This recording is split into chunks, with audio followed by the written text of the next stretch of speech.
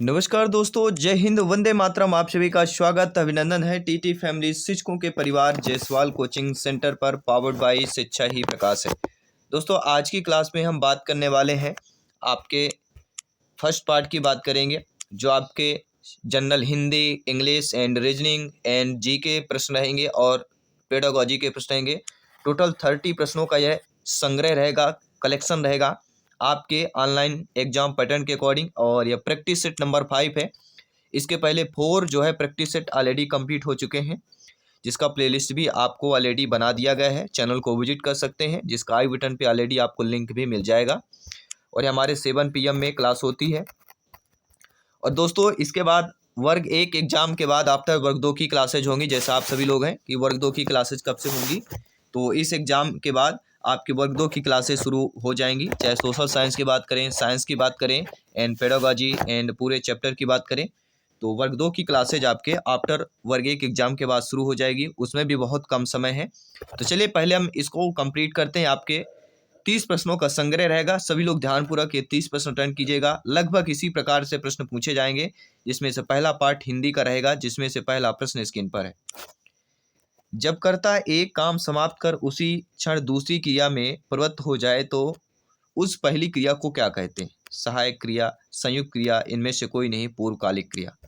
सभी लोग जानते हैं ऑल सब्जेक्ट वाले का पहला पार्ट सभी के लिए कंपलसरी है। तो पहले पार्ट ऑल सब्जेक्ट के लिए है। बाकी जो आपके सब्जेक्ट है 120 क्वेश्चन अपने अपने सब्जेक्ट चाहेंगे, लेकिन ये सभी के लिए कंपलसरी है। तो जब कर्ता एक काम समाप्त कर उसी क्षण दूसरी क्रिया में प्रवृत्त हो जाए तो उसे उस पहली क्रिया को क्या कहते हैं? सहायक, संयुक्त, या इनमें से कोई नहीं, है पूर्वकालिक क्रिया।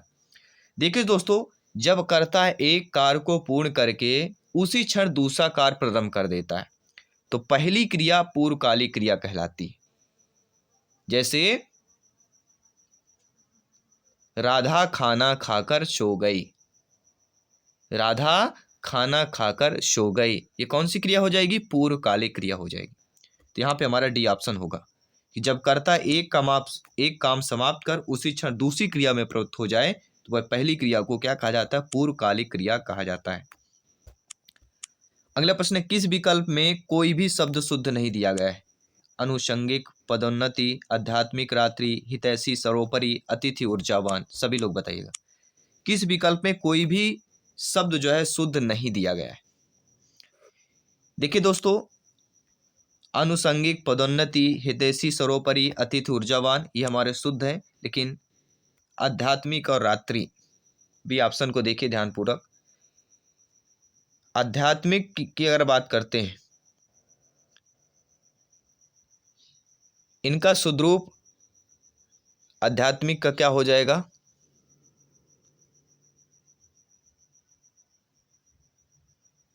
आध्यात्मिक, बड़ा बड़ा होना चाहिए। और रात्रि का क्या होता है? रात्रि, छोटी त्री होनी चाहिए, रात्रि। और आध्यात्मिक है बड़ा आध्यात्मिक, ये शुद्ध रूप होगा। बाकी आपके सारे शुद्ध रूप में दिए गए हैं। तीसरा प्रश्न है, किसका प्रयोग सदैव एक वचन में होता है? नदी का, प्रत्येक का, साधु का, या घर का। सभी लोग सोचिए, अगर उसको बहुवचन में बोले तो बहुवचन का सदैव सदैव एक वचन में प्रयोग होता है। जी हाँ, सॉरी, किसका प्रयोग सदैव एक वचन में ही किया जाता है इन चारों शब्दों में? देखिए, नदी को नदियां बोला जाता है, साधु का साधुओं बोला जाता है, घर का घरों बोला जाता है, लेकिन प्रत्येक को प्रत्येक ही बोला जाएगा। ये प्रत्येकों या नहीं बोला जाता, प्रत्येक सदैव एक वचन में ही होता है। जो हमारा बी ऑप्शन दिया गया है नो डाउट सही हो जाएगा। सभी यहाँ पे कमेंट कीजिएगा। आपका कमेंट, आपकी तैयारी, बेहतर तैयारी, 30 अंक पक्का करने की तैयारी, सभी लोग कमेंट कीजिएगा। निम्नलिखित में से एक समुद्र का पर्यायवाची शब्द नहीं है। सभी लोग बताइए। जलधि, जलधाम, जलनिधि या जलाधिप की बात करेंगे। सभी कमेंट कीजिएगा।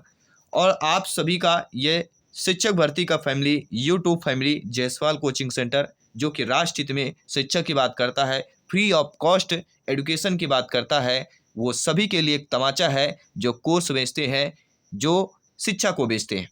तो आप सभी लोग जानते हैं। तो इनमें से एक समुद्र का पर्यायवाची शब्द कौन सा नहीं है? सभी लोग बताइए। जितना मेरे से होता है सारी कुछ मैं पॉसिबल की बात करता हूं, ठीक है? तो एक समुद्र का पर्यायवाची शब्द नहीं है, सभी लोग बताइए। देखिए जलाधि है, जलधाम, जलनिधि और सागर ये समुद्र के पर्यायवाची हैं। और लेकिन जलाधिप जो डी ऑप्शन दिया गया है, जलाधिप ये क्या है? ये देवता, वैदिक जो देवता है इनका वरुण का पर्यायवाची है। तो यहाँ पे जलाधिप समुद्र का पर्यायवाची नहीं होगा। समुद्र को और बोला जाता है सिंधु, रत्नाकर, ठीक है, और सागर भी बोला जाता है। तो ये सारे आपके पर्यायवाची हैं। अगला प्रश्न है, अग्रज का विलोम शब्द चयन करना है। अक्षत, अतुल, अनुज या अटल। सभी लोग कमेंट कीजिएगा। अग्रज का विलोम शब्द क्या होता है साथियों? अग्रज का विलोम शब्द बताना है। अग्रज का विलोम होता है अनुज। अच्छत का विलोम क्या होता है? अच्छत का विलोम क्या हो जाएगा? विच्छत हो जाएगा, विच्छत। और अटल का विलोम क्या हो जाएगा? सभी लोग बताइए। अटल का विलोम डमाडोल। कहते हैं ना अटल जी, मतलब वो हमेशा खड़ा रहे, और डमाडोल मतलब हमेशा डोलता रहे। ठीक है, बचा अतुल। अतुल का विलोम क्या होगा? ये आपको सोचिए, थोड़ा सा आप भी कमेंट कीजिए। आपका अपने माइंड को भी थोड़ा सा मेहनत दीजिए, काम दीजिए अपने माइंड को। तो अतुल का विलोम क्या होगा ये आपको कमेंट करके बताना है। वीडियो पॉज कर लीजिए, सोच लीजिए, कमेंट कीजिए, फिर वीडियो प्ले कीजिए, अगले प्रश्न की बात करेंगे। दोस्तों, जो तर्क द्वारा माना जा चुका हो इस वाक्यांश के लिए उपयुक्त शब्द लिखना है। तर्कसिद्ध, तर्कसम्मत, तर्कशास्त्र या तर्कसाध्य की बात करेंगे। तो जो तर्क द्वारा माना जा चुका हो इस वाक्यांश के लिए उपयुक्त शब्द बताना है। तो जो तर्क द्वारा माना जा चुका हो वाक्यांश के लिए उपयुक्त शब्द क्या होता है? तर्कसम्मत। बी ऑप्शन सही हो जाएगा। क्या हो जाएगा? जो तर्क द्वारा माना जा चुका हो तर्कसम्मत। बी ऑप्शन करेक्ट कर लीजिए। अगला प्रश्न है, मोहन पिताजी को पत्र लिख रहा है, वाक्य में क्रिया का भेद प्रयुक्त हुआ है। प्रेरणार्थक भेद, नाम धातु, अकर्मक या सकर्मक। अकर्मक सकर्मक से लगभग देखा जाए प्रश्न पूछा गया है, और प्रीवियस ईयर में मैंने भी देखा है। तो ये जो टॉपिक वाइज आपके आ रहे हैं डेली, एक तो क्रिया से संबंधित पूछा जा रहा है, इससे विलोम पर्यायवाची से अक्सर प्रश्न आता है। ठीक है, विलोम पर्यायवाची दोनों को कंठस्थ कर लेना है। और इसके बाद जो ये आपका सकर्मक और अकर्मक ठीक है। तो मोहन पिताजी को पत्र लिख रहा है, वाक्य में क्रिया का कौन सा भेद प्रयुक्त हुआ है? इसमें हो जाएगा सकर्मक। क्योंकि दोस्तों मोहन पिताजी को पत्र लिख रहा है, वाक्य में क्रिया का सकर्मक भेद हुआ है। जिस क्रिया के व्यापार का संचालन तो कर्ता से हो और उसका प्रभाव कर्म पर पड़े, तो इस प्रकार क्रियाओं को सकर्मक क्रिया कहते हैं। अगला प्रश्न है, unless you take care your diet your can not improve your health. इस वाक्य को हिंदी रूपांतरण में क्या होगा? Unless you take care of your diet your can not improve your health. यदि तुम अपने खान पान का ध्यान नहीं रखोगे तो तुम अस्वस्थ नहीं रहोगे। जब तक तुम अपनी खुराक का ध्यान नहीं रखोगे तब तक तुम अपने स्वास्थ्य को नहीं सुधार सकते। तुम अपने खान पान पर अधिक ध्यान दो, स्वास्थ्य के लिए यह जरूरी है। तो इसका राइट ऑप्शन क्या हो जाएगा? जब तक तुम अपनी खुराक का ध्यान नहीं रखोगे तब तक तुम अपने स्वास्थ्य को नहीं सुधार सकते हो। Unless you take care of your diet, diet यानी भोजन, you can not improve your health. अपने हेल्थ को इम्प्रूव नहीं कर सकते हो, सुधार नहीं सकते हो। तो यहाँ पे बी ऑप्शन होगा कि जब तक तुम अपनी खुराक का ध्यान नहीं रखोगे तब तक तुम अपने स्वास्थ्य को नहीं सुधार सकते हो। तो ट्रांसलेट का भी आ जाएगा। अब इंग्लिश की बात करेंगे। चूज द आर्टिकल को हमें करेक्ट सेंटेंस करना है, और आर्टिकल हमारे दिए गए 4 ऑप्शंस में है। I am making mom and dad, यहाँ पे रिक्त स्थान है। Christmas present that I will send throw that dash mail. तो इसमें आपका कौन सा सेलेक्ट हो जाएगा? सभी लोग यहाँ पे कमेंट कीजिएगा, फीडबैक कीजिएगा। देखिए दोस्तों, सबसे पहले ए और द आ का प्रयोग लगभग आना ही आना है। ए एंड द का प्रयोग अवश्य पढ़ लीजिए, ये आर्टिकल इंपॉर्टेंट है। तो ये जान लीजिए, ए और द का आर्टिकल का प्रयोग दिए गए वाक्य में हमारा उचित होगा कि I am making mom and dad a Christmas present that I will send through the mail. यानी पहला ऑप्शन। या आप जानते हैं जब काउंटेबल नाउन की चर्चा पहली बार हो तो उसके पूर्व में ए एन आता है, पर जब चर्चा दूसरी बार हो तो पूर्व में द आता है। तो चर्चा पहली यहाँ पे हो गई, I am making mom and dad a Christmas present that I will send throw. दूसरी बार हो रहा है तो द का प्रयोग होगा। तो ए और द का प्रयोग आपने समझ लिया। ये अलग अलग डिफरेंस पर होता है, सिंपल तरीके से समझ लीजिए। अगला प्रश्न, choose the correct from adverb of the given sentence. वही चीज है, एडवर्ब करेक्ट हमें यहाँ पे सेलेक्ट करना है। They visit their present quite frequency innocently and regularly and sincerely. They visit their parents quite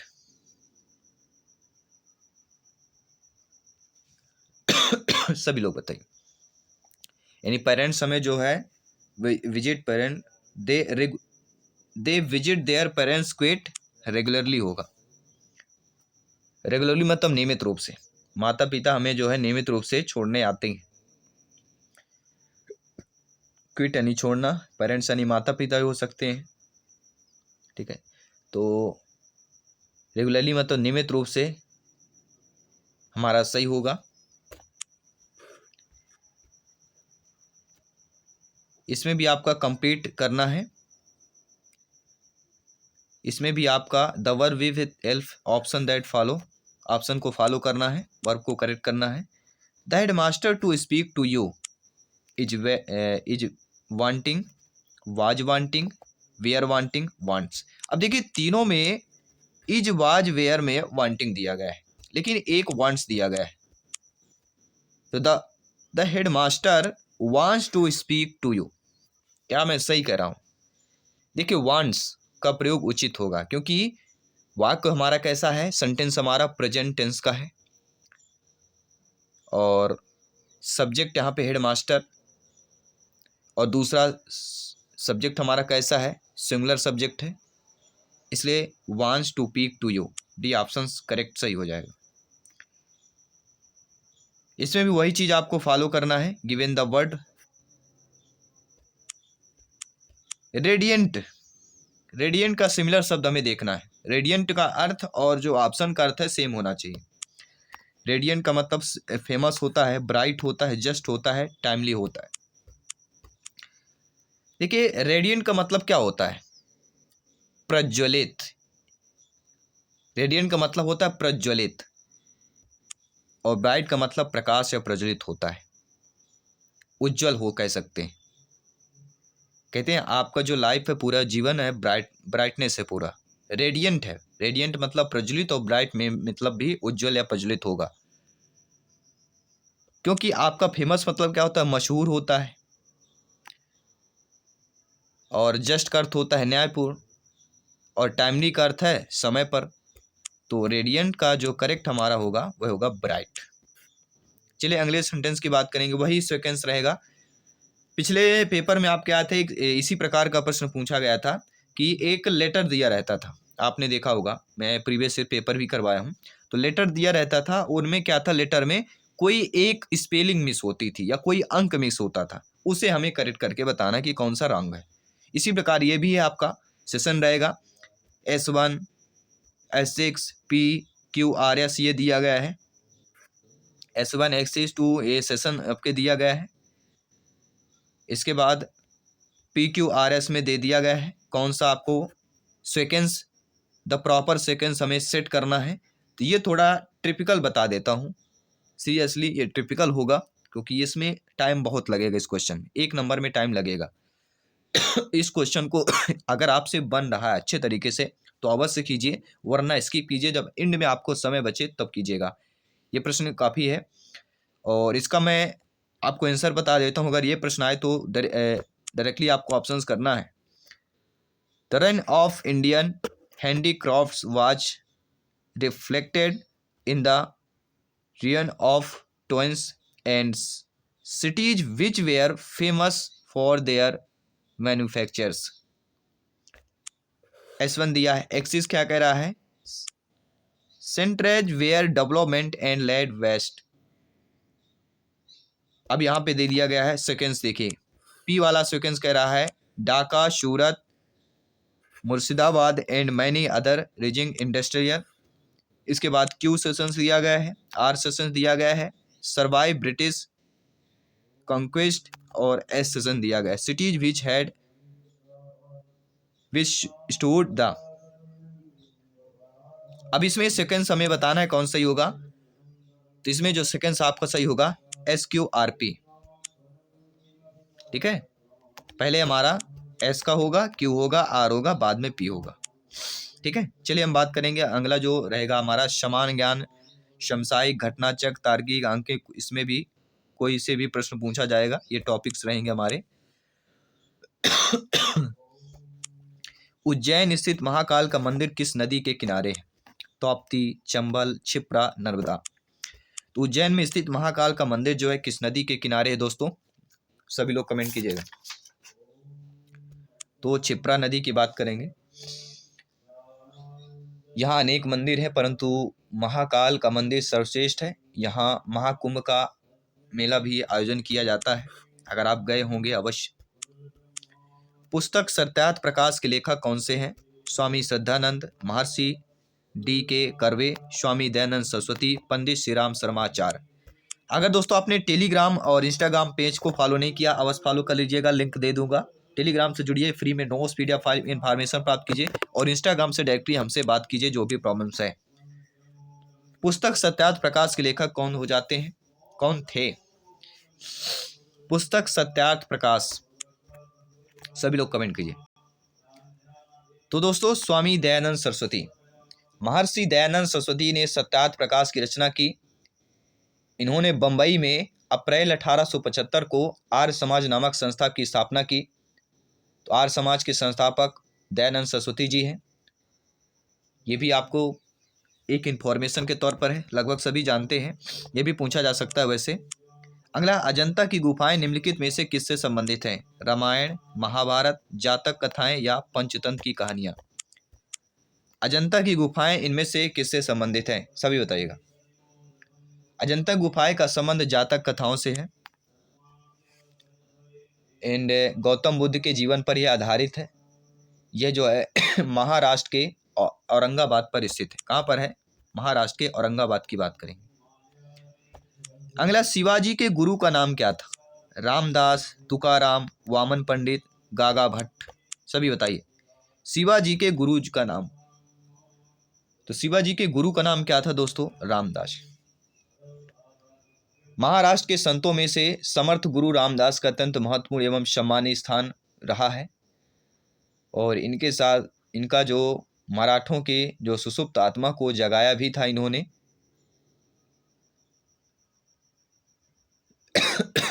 तो रामदास की बात करेंगे। अगला है रीजनिंग टाइप रहेगा और कोड वर्ड है। देखिए दो चीजें आती है कोड वर्ड में, ठीक है। एक विशिष्ट कोड भाषा में लिखा है, सेव का कोड है आपका ये दिया गया 52 21 19 एंड वीक का कोड क्या होगा? अब देखिए समझिएगा, ये कोड हमने समझ लिया, बहुत आसान है समझना। अब कोड देखिए बहुत ही थोड़ा सा वो दिया गया है। अब कोड थोड़ा सा डिफरेंस कैसे दिया गया है मैं आपको बताता हूं। अगर हम SAVE यहां लिख लेते हैं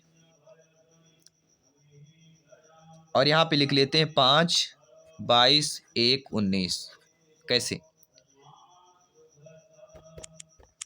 1 और 19 ये अलग है।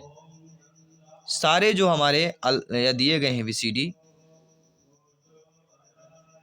ये 5 है तो S से मिलाप मत कर लीजिएगा।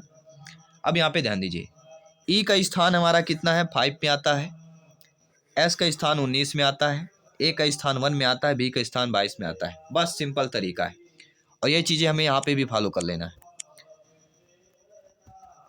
WEAK वीक,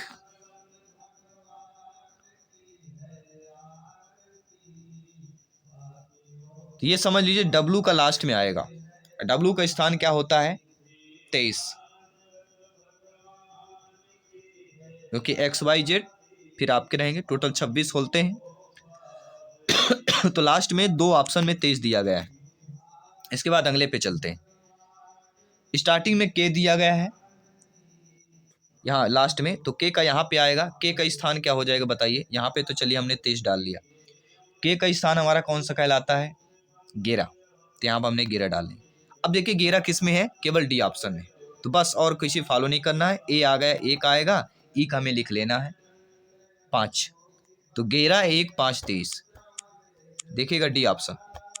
ठीक है, ये समझाने में टाइम लग रहा है, लेकिन जब तो आप समझ जाएंगे एग्जाम में बहुत आसान है।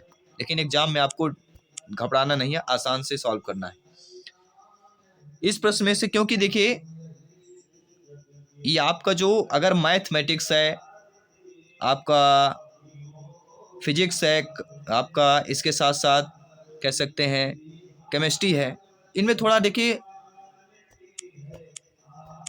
आपके मैथमेटिक्स भी रहती है, इनमें थोड़ा क्वेश्चन आ जाते हैं, सॉल्व करने में टाइम लगता है। लेकिन हमें क्वेश्चन टू आंसर डायरेक्ट करना है तो उसमें टाइम नहीं लगता है। तो एक कथन के साथ 2 परिकल्पनाएं दी गई है और इन परिकल्पना के कथन से संबंधित रहेगा। कथन हमारा दिया गया है, आपके स्क्रीन पर है। कठिन परिश्रमी व्यक्ति के लिए पहुंच से बाहर कुछ भी नहीं है। परिकल्पना क्या है कि एक कठिन परिश्रमी व्यक्ति सब कुछ प्राप्त कर सकता है। जो कठिन परिश्रम नहीं करते वो कुछ भी प्राप्त नहीं कर सकते। तब हमारा उत्तर होगा, सही बताना है। सभी लोग ध्यानपूर्वक समझिएगा।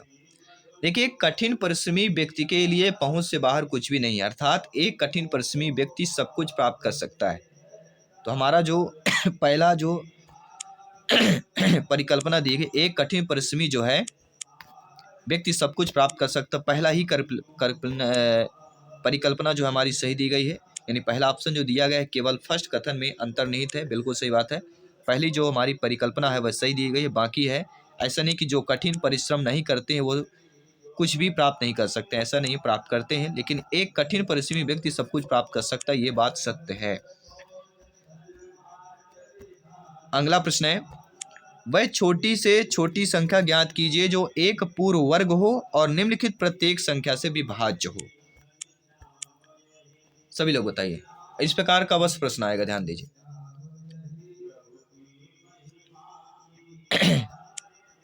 15 24 36 हमारी संख्याएं दी गई हैं।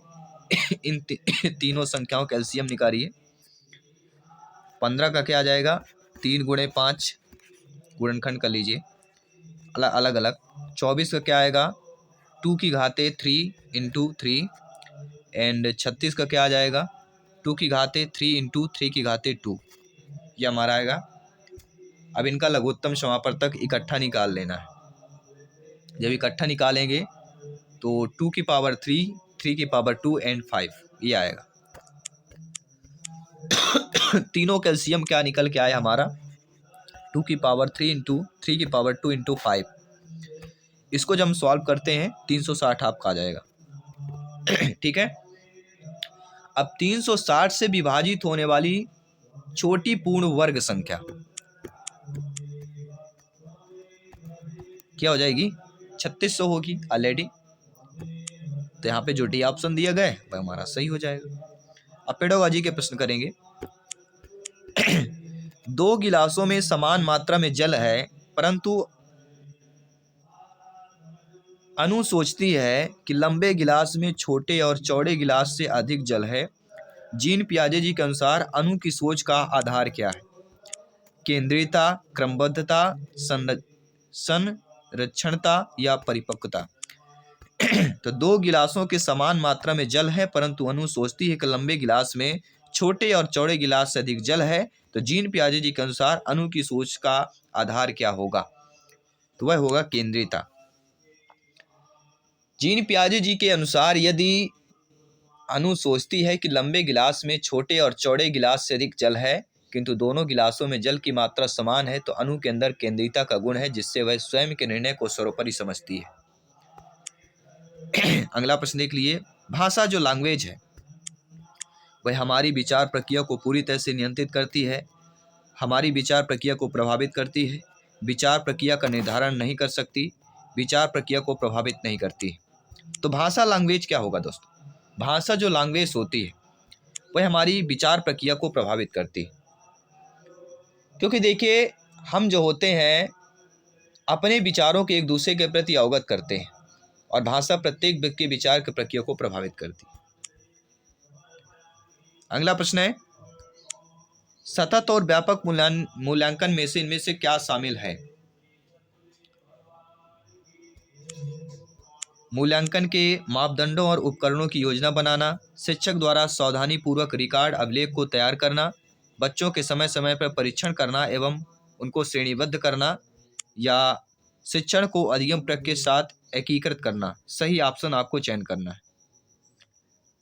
तो हमारा जो सही ऑप्शन होगा फर्स्ट, सेकंड एंड फोर्थ, यानी मूल्यांकन के मापदंडों और उपकरणों की योजना बनाना, शिक्षक द्वारा सावधानी पूर्वक रिकॉर्ड और अभिलेख को तैयार करना एंड शिक्षण को अधिगम प्रक्रिया के साथ एकीकृत करना। पहला ऑप्शन सही हो जाएगा। फर्स्ट, सेकंड एंड फोर्थ ये हमारे सतत एवं व्यापक मूल्यांकन में शामिल है। इसके बाद अगला प्रश्न है, समावेशी शिक्षा से संबंधित है कि समावेशी शिक्षा किसके सिद्धांत पर आधारित होती है? तो जो समावेशी शिक्षा होती है वह आपके समता एवं समान अवसर के सिद्धांत पर आधारित होती है। अर्थात समावेशी शिक्षा के अंतर्गत उन बालकों को, बालक बालिकाओं, शिक्षार्थी, विद्यार्थियों को शामिल किया जाता है जो समान बालकों से अलग हों, जैसे दृष्टिबाधित बालक, मूक बधिर बालक, ठीक है, प्रतिभाशाली बालक, मानसिक मंद बालक, ठीक है, इनको शामिल किया जाता है। अगला है कि एक शिक्षक को अपने विद्यार्थियों को किसी प्रश्न का उत्तर देने के लिए सहज अनुमान लगाने के लिए क्या करना चाहिए? प्रोत्साहित, अनदेखा या दंडित या अवरुद्ध करना चाहिए? तो आप सभी लोग जानते हैं, लगभग ज्ञानी सर्वव्याख्याता लोग हैं, कि एक शिक्षक को अपने विद्यार्थियों को, बालक बालिका को किसी प्रश्न का उत्तर देने के लिए सहज अनुमान लगाने के लिए क्या करना है? आपको मात्र केवल उनको प्रोत्साहित करना है। पहला ऑप्शन आप पे सही कर लेना। अगला प्रश्न है, पाठ्यक्रम बनाते समय निम्नलिखित में क्या एक मानदंड नहीं होता है? अभिभावकों का शैक्षणिक स्तर, पिछली परीक्षा में शिक्षार्थी का प्रदर्शन, शिक्षार्थी की क्षमताएं, शिक्षार्थी की आकांक्षाएं। तो पाठ्यक्रम बनाते समय क्या एक मानदंड नहीं होता है? तो इसके पहले जानना है कि पाठ्यक्रम बनाते समय मानदंड क्या होता है। पहली बात तो पिछली परीक्षा में शिक्षार्थी का प्रदर्शन क्या रहा, शिक्षार्थी की क्षमताएं क्या रही, शिक्षार्थी की आकांक्षाएं। लेकिन अभिभावकों का शैक्षणिक स्तर यह आपका नहीं देखा जाता है पाठ्यक्रम बनाते समय। शिक्षक जो है पाठ्यक्रम संपूर्ण शैक्षिक प्रणाली के आधार पर बनाते हैं, ना कि अभिभावकों के शैक्षिक स्तर के आधार पर बनाते हैं। अगला प्रश्न है, विद्यार्थियों को स्पष्ट उदाहरण एवं गैर उदाहरण देने का क्या परिणाम मिलता है? यह विद्यार्थियों के दिमाग में भ्रांतियां उत्पन्न करता है, यह अवधारणाओं की समझ में अभाव पैदा कर देता है, यह अवधारणात्मक समझ के बजाय कार्यविधि प्रक्रियात्मक ध्यान पर केंद्रित करता है, यह अवधारणात्मक परिवर्तनों को प्रोत्साहित करने के लिए एक प्रभावी या प्रभावशाली तरीका है। दोस्तों सभी जानते हैं, विद्यार्थियों को स्पष्ट एवं उदाहरण और गैर उदाहरण देने का जो परिणाम होता है वह हमारा परिणाम हो जाता है अवधारणात्मक परिवर्तनों को प्रोत्साहित करने के लिए एक प्रभावशाली एक तरीका होता है। क्या है? विद्यार्थियों को स्पष्ट उदाहरण एवं गैर उदाहरण देने का परिणाम। इससे क्या होता है? अवधारणात्मक जो परिवर्तन को प्रोत्साहित करने के लिए प्रभावशाली तरीका होता है। अगला है, बंडूरा के सामाजिक अवलोकन पर आधारित अधिगम सिद्धांत पे निम्नलिखित में से कौन सी प्रक्रिया होती है? स्वचिंतन, प्रतिधारण, पुनरावृत्ति या सार को दोहराना। तो बंडूरा के सामाजिक अवलोकन पर आधारित अधिगम सिद्धांत में इनमें से कौन सी प्रक्रिया होती है? और वह प्रक्रिया हमारी कहलाती है प्रतिधारण। जी हाँ दोस्तों, बंडूरा के सामाजिक अवलोकन पर आधारित अधिगम सिद्धांत में जो है प्रतिधारण की प्रक्रिया होती है। भी ऑप्शन सही कर लीजिएगा। अगला प्रश्न है, अधिगमकर्ता का स्वनियमन का अर्थ क्या होता है? विद्यार्थी निकाय द्वारा बनाए गए नियम एवं विनिमय, विद्यार्थियों के व्यवहार के लिए विनियमों का निर्माण करना, स्वानुशासन एवं नियंत्रण, या अपने सीखने का स्वयं अन्वेषण करने की योग्यता। तो अधिगमकर्ता का स्वनियमन क्या अर्थ क्या होता है?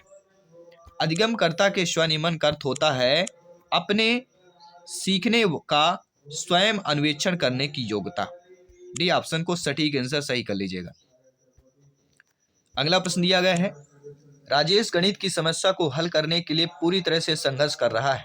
उसका आंतरिक बल जो उसे समस्या से को पूरी तरह से हल करने के लिए विवश करता है, किसके रूप में जाना जाता है? प्रेरक, व्यक्ति विशेषक, संवेग या प्रत्यक्षणा। तो राजेश गणित की समस्या को हल करने के लिए पूरी तरह से संघर्ष कर रहा है। उसका आंतरिक बल जो उस समस्या को पूरी तरह से हल करने के लिए विवश करता है, वह किसके रूप में जाना जाता है? वह हमारा कहलाता है प्रेरक।